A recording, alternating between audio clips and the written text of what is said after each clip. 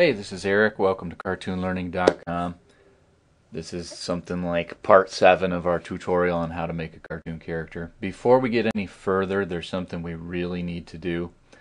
So far we've created a good portion of the head, but we need to put it in some sort of folder.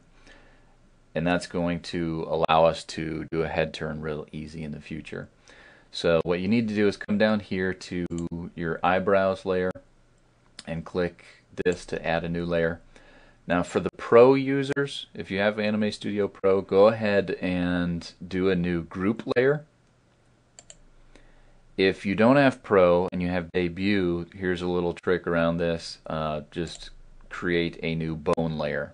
The only way that this is going to affect you if you do a bone layer instead of a group layer is that if you ever switch to Pro and you use physics, physics isn't going to respond to a character that has two sets of bones in it, which you would end up having because you're going to have your main bones and then you're going to have a folder, essentially a folder, but it's going to be bones that will have your head in it. And you'll see what I mean in a second here.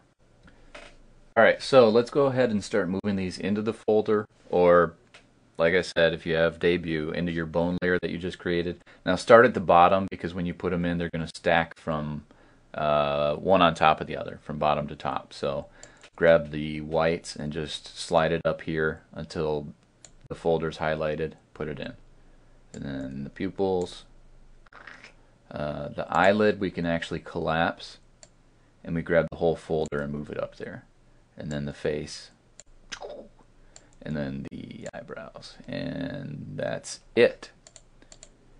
So the next thing we need to do, go ahead and select this layer, and we'll actually double click it. We'll rename it Head